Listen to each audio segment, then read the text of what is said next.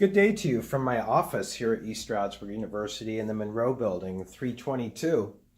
And as I'm going to get settled in here, it's a mess right now in a way, at least to my liking. Stuff like that on the couches, on the couch, I should say. Papers on my desk.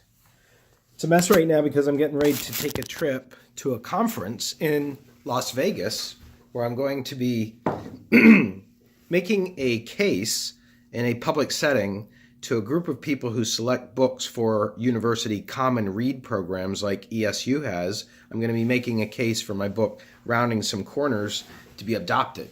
And so that's what I'm hoping to do. I've been told that it would be a great book for that kind of circumstance, and I do think that it would be a book that allows students to be very interactive with it at a number of different levels. Graduate levels, what we're working with in this class, but also other levels as well, even FYE courses.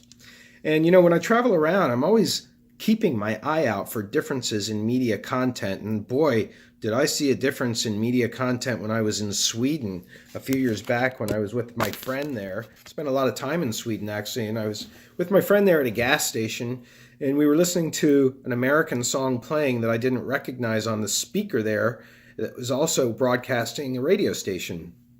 And so we're sitting there and I hear this guy very clearly. He's going, "I'm driving around in my car and I look so fucking good." And I was like, whoa, that was on the radio. And I wondered to myself, was that because it was in American, so to speak, American English, and it's a foreign language? And does that happen in our country with Latin songs? Or is there a different kind of regulation there? And of course, I knew the answer because I've studied Sweden in depth. It's one of the countries that I write about in my book, and Sweden has a different view towards obscenity. And so it is not as regulated in the media. There are some regulations, but you can actually air content on radio in Sweden that mirrors real life, because that's how people talk, right? People talk like that. You have only to walk across the quad here in between classes and you'll hear that kind of language the whole way across. And so why shouldn't broadcasters mirror the way that people talk in life? And that's something that regulation has to do with, right? Because in our country, we regulate against obscenity. We regulate it so strongly that one instance of uttering that word fuck, well, two instances it would have to be, because there's actually a provision of the law called the fleeting expletive provision, which allows you to make a mistake. But if you do it repeatedly, you can be liable for a fine of $325,000. Wow, $325,000. We live with that every single day at WESS. Doesn't exist in Sweden. And then over in the UK, to throw another contrast in with the UK, they don't even recognize words like fuck as being obscene.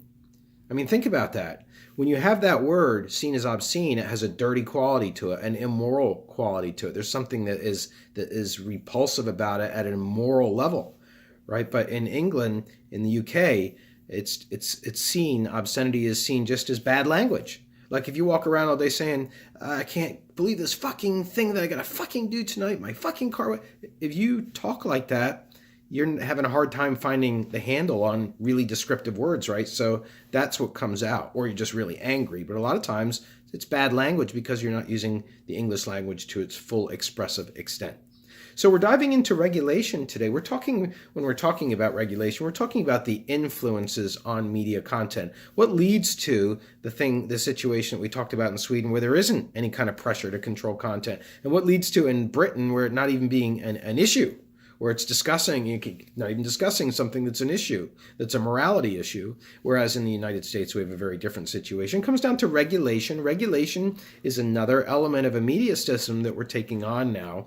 We're taking on what influences media systems. What are the influences that impact the media systems and ultimately the content that is delivered? And so to talk about the first one, we're going to talk about government-related agencies. Government-related, it's key word there, related, because some of the agencies, most of them I should say really, like the FCC, which is the government-related agency in the United States, the Federal Communications Commission, most of them are quasi-government agencies, but they have to retain an air of independence. Otherwise, they are seen, at least in the Western world, as being biased or being a part of the extension of government. or being in the pockets of politicians. And so it's not the same as when you have an organization that's regulating media that is underneath government. That's what we have in most Western countries, including the United States. We have government-related agencies. Now, these government-related agencies, they can have different levels of power. For example, in England, in the United Kingdom, I should say, it's actually 4 countries in England, with Wales, Scotland, Northern Ireland, and England. They have a very powerful government-related regulator. It's called Ofcom, the Office of Communication. It can roll out legislation. It can make unilateral decisions. The FCC is pretty powerful too, but it doesn't have that kind of unilateral decision making. So at any rate, that's one entity that we have, and that it's mentioned first for a reason here, and that's because really that's what controls the media probably the most. I say influence is what we're looking at here, but it can come down to control, right? You can actually, force media not to air content, and that's what our obscenity laws do. We have other laws too that are coming out through the FCC, which has the ability to roll out laws. So one of those laws is the equal time provision. And that means during an election season, if you have on a candidate from one particular party, that you have to extend an invitation to an opposing candidate to come on the same time slot or a similar time slot and with the same amount of time to talk about issues so that you don't end up biasing the election. That's another regulation. So we've got government-related agencies. See how they come to play in your country. Some of you have countries where the government's really, really strong. Some of you have countries maybe where the government's not so strong. And so the regulation, does it have teeth in it? That's what you're going to be finding out when you do your research. Moving on to the second way in which media are influenced, media systems are influenced, the second kind of regulating influence, we have media organizations themselves. Media organizations, they police themselves, so to speak, in terms of their content. They belong to associations like the National Association of Broadcasters, the NAB, huge organization. It's almost up there with the NRA in Washington, D.C. And anytime there's a proposed change to the law regarding media, like how many radio and TV properties a parent company can own, then the NAB wants to get in there. Anytime there's discussion about restricting advertising of tobacco or the NAB wants to get in there to make sure that broadcasters are represented and that they get to preserve as much sovereignty, as much autonomy as they can. You've got media organizations, and in the press we have that as well. We have all kinds of journalists associations that people belong to, and public relations associations, and often these associations develop codes of conduct. They develop codes of conduct that if you're going to be a member in that organization, you're agreeing to abide by those codes of conduct. So for example, journalists very commonly abide by a code of conduct that they will not accept gifts worth more than $25. That's very, very common, because then you're susceptible to not reporting on something with the true objectivity, or as close as objectivity as you can get to as possible, because you feel in debt, right, when somebody gives you something. And so we don't want that in journalism. We want journalism to be free and clear as much as possible. People are still human beings. They're going to have biases, but we certainly don't want owing somebody because there's like an implicit bribe there. So there is a code of conduct. There's a code of conduct on how to conduct yourselves.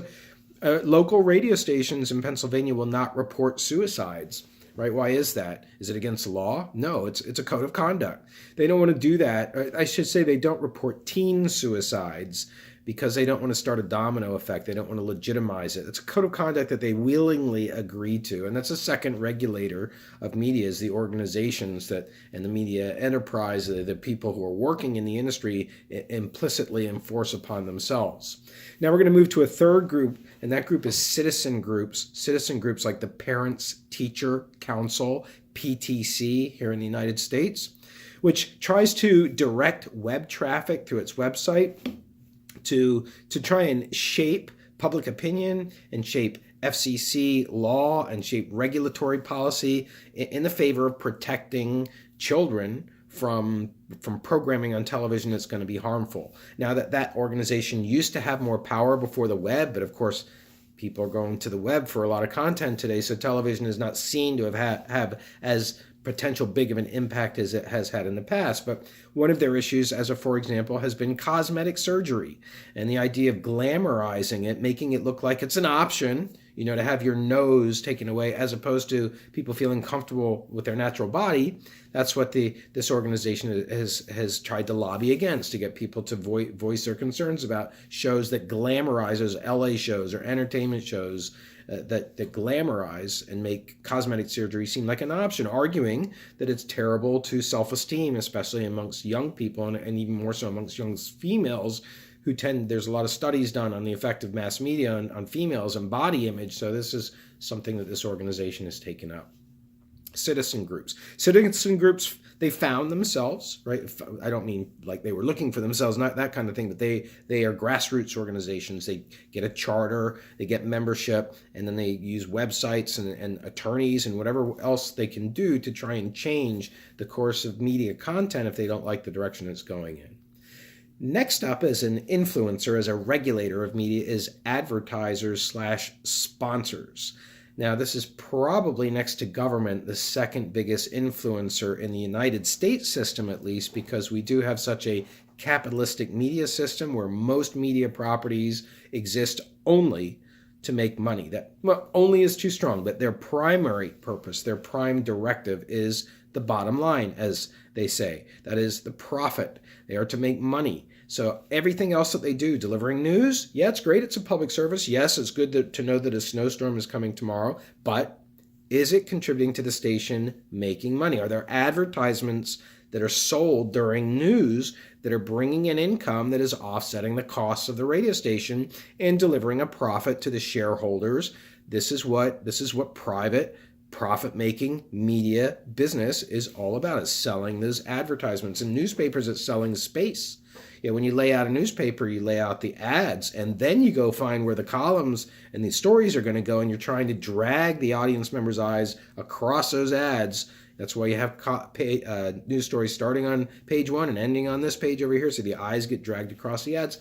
Same with the internet, right? Every time you go on a website, you watch CNN, things are popping up all over the screen. You got to close it out. You got to let it play. It starts playing back audio. Same thing, dragging your eyes across ads. Same on radio and TV. You have those big chunks. There's a contest going on, but you have to wait till after the ad break to find out who won the contest.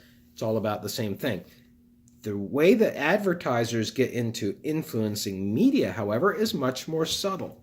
And that is to say that if you are in the media business and you have accounts that are assigned to advertisers, the last thing you want to do is jeopardize those accounts. You've got the Coca-Cola account, good for you. You've got Geico Insurance, oh, wow, that's a big one right there. McDonald's, wow, that's huge. GMC, tons of car ads on radio, those are big accounts.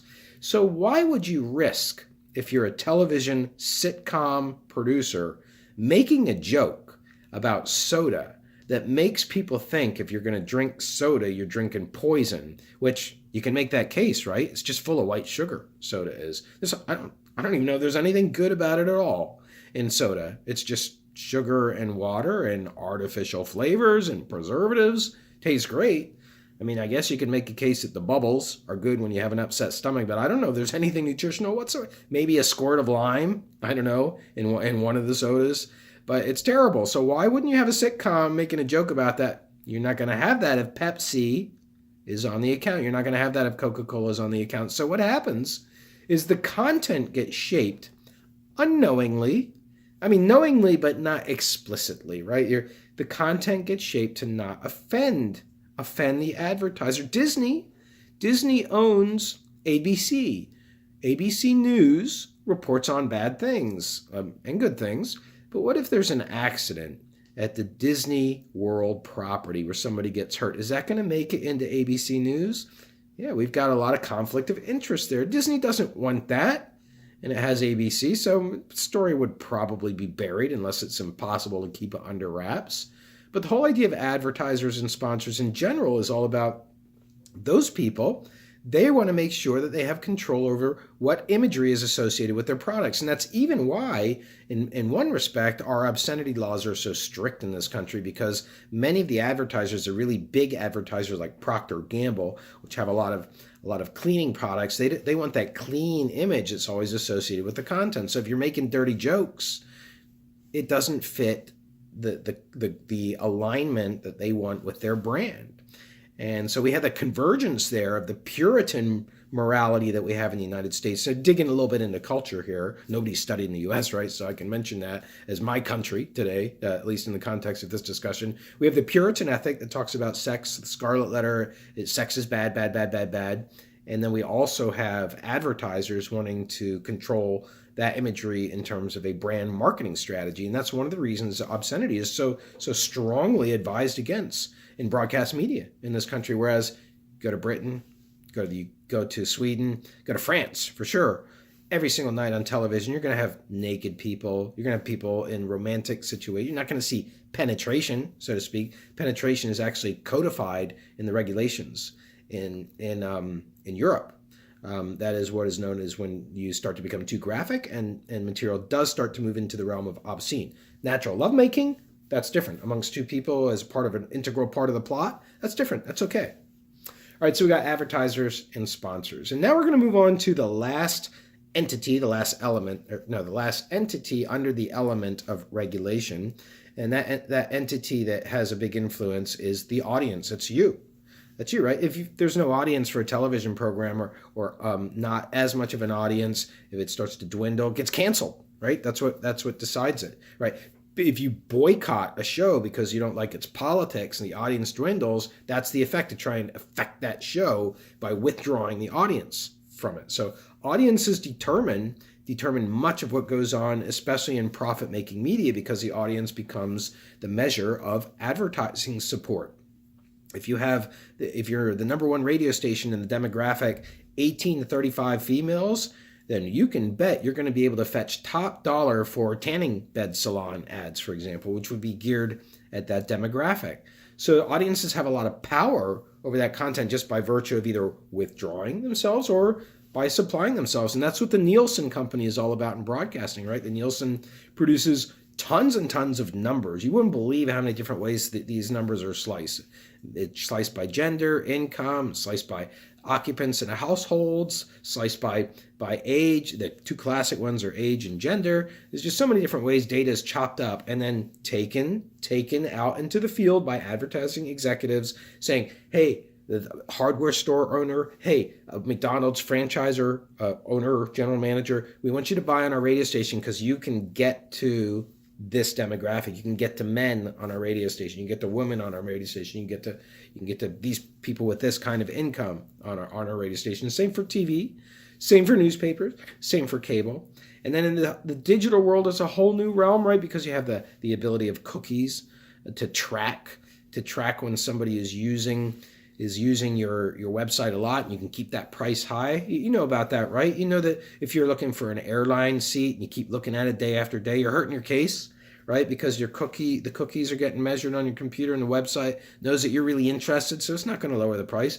Clear out your history, go back in, and you probably see the price drop a little bit. That's what the digital age allows for. That's, you go looking for. I went to look for a car for my daughter going away to college, and for the next 3 weeks, I have ads on Facebook. Every time I go on Facebook with the exact kind of car that I was looking for, it was grabbed by some other site, some other website, autotrader.com. It's purchased by Facebook, or Facebook has the data. They share the data, and presto, they know exactly what I'm looking at, what I'm interested in. That's the advertising world that we have today. So we have to think about that as well. And the new world, the new media world of the internet and social media is playing by some different rules, because our patterns are being tracked so closely, but it also means we have a whole lot of power, maybe even more than ever, over media content as audience members.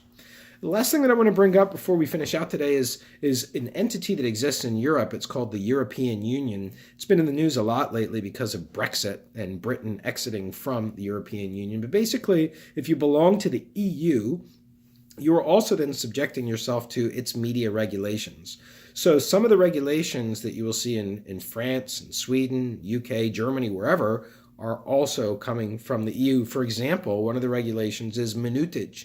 Minutage is a regulation where you can have only so many minutes that are devoted to advertising, because the idea is to keep that advertising down. Don't let it encroach on the program. Don't let it chop it up. Don't let it become too commercial. Don't make it sound so grating on the ears as advertising can do. Keep it minimum. It's an interesting concept, right? Minutage. Minutage is what that's all about. That's an EU regulation. There's also regulations that have to do with trying to preserve European culture. For fear, as we discussed back in the globalization chapter, of things like cultural imperialism, right? In France, boy, one of the most things that you need patience for is eating out in a French restaurant, because it's going to be a long affair. It's going to be 3 hours. You're going to sit down before you even get your meal. You're going to be just sitting there, and then finally the waiter's going to come over, and then you're going to get a bunch of courses that you have to order. You got your appetizer, and then your entree, and you get dessert, which might be cheese, and then you drink a digestive, a liqueur to put it down. It's a long process. Why is that? Because in French culture, you're expected to really visit with who you're going out with. You're not going to be rushed in and rushed out of there so you can clear the table and turn those tips over for waiters and waitresses. That's not French culture.